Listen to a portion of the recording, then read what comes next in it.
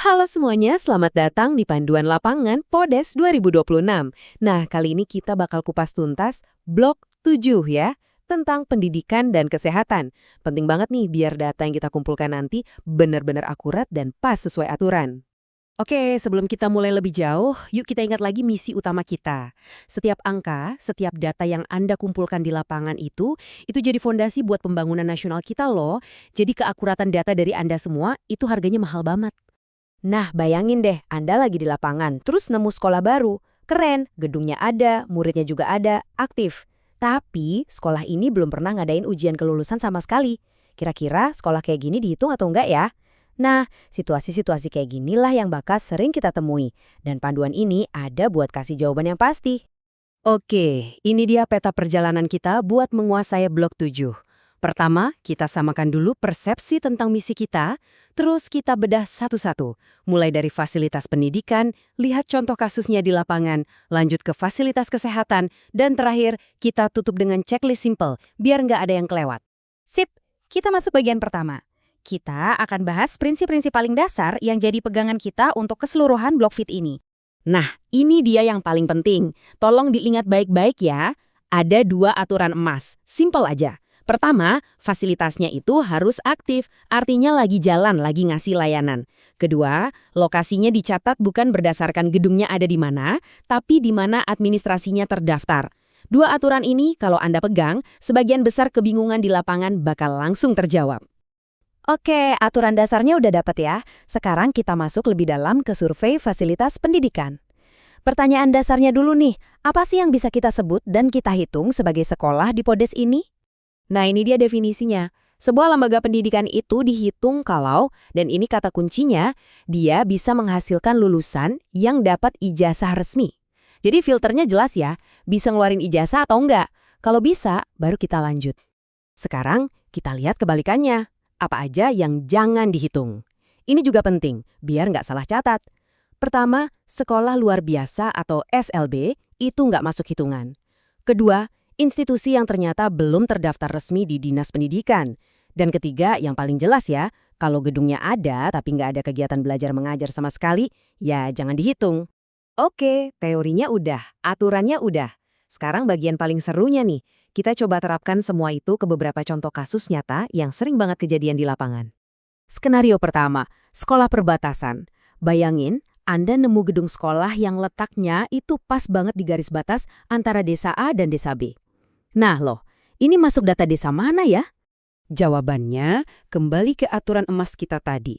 Bukan gedungnya yang jadi patokan, tapi di mana kantor administrasinya berada.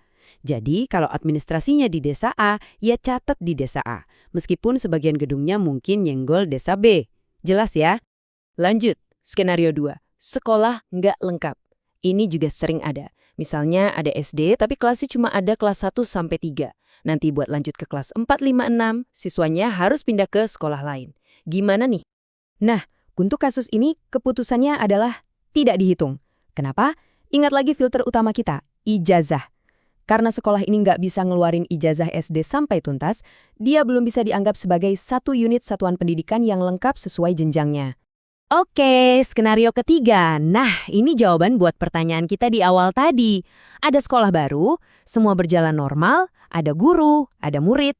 Tapi karena saking barunya, belum ada lulusan, belum pernah ada ujian akhir, gimana nasibnya? Untuk sekolah baru, jawabannya bisa dihitung. Tapi ada syaratnya. Syaratnya adalah sekolah itu sudah terdaftar secara resmi di Dinas Pendidikan setempat. Jadi, tugas Anda adalah memastikan status pendaftarannya. Kalau sudah terdaftar, catat. Kalau belum, ya jangan dihitung dulu. Oke, urusan pendidikan sudah cukup jelas ya. Sekarang kita geser, kita pindah ke bagian kesehatan. Di sini juga ada definisi dan aturan mainnya sendiri, terutama buat membedakan beberapa jenis vaskes. Prinsipnya sebetulnya mirip sama sekolah. Sarana kesehatan itu adalah tempat fisik buat layanan kesehatan. Dan kata kuncinya sama, harus sedang berfungsi atau aktif saat pendataan. Kalau kliniknya tutup permanen, ya nggak dihitung. Nah, ini nih yang sering bikin bingung di lapangan. Bedanya posyandu dan posbindu.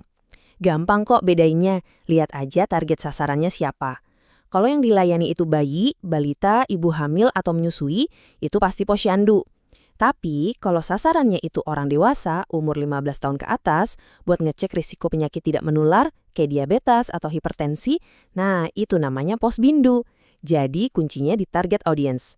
Satu lagi yang perlu dicatat ya, ada pengecualian spesifik. Kalau Anda menemukan toko obat kuat, ini jelas-jelas jangan dihitung sebagai fasilitas kesehatan ataupun apotek ya. Ini masuk kategori lain.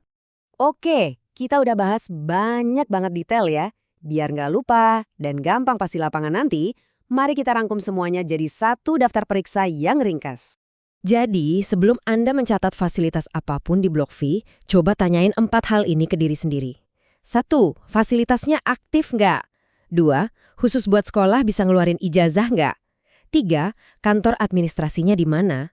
Dan 4. Khusus pos kesehatan, target sasarannya siapa? Posyandu atau posbindu? Kalau 4 pertanyaan ini bisa Anda jawab, saya jamin data Anda bakal akurat. Ingat ya teman-teman, data yang akurat itu bakal jadi dasar perencanaan yang kuat.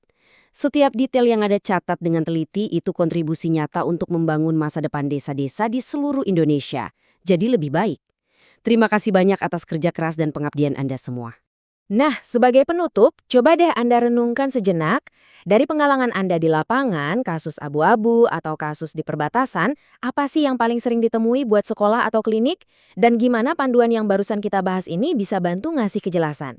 Dengan memikirkan ini, Anda akan jauh lebih siap menghadapi berbagai keunikan di wilayah tugas Anda masing-masing.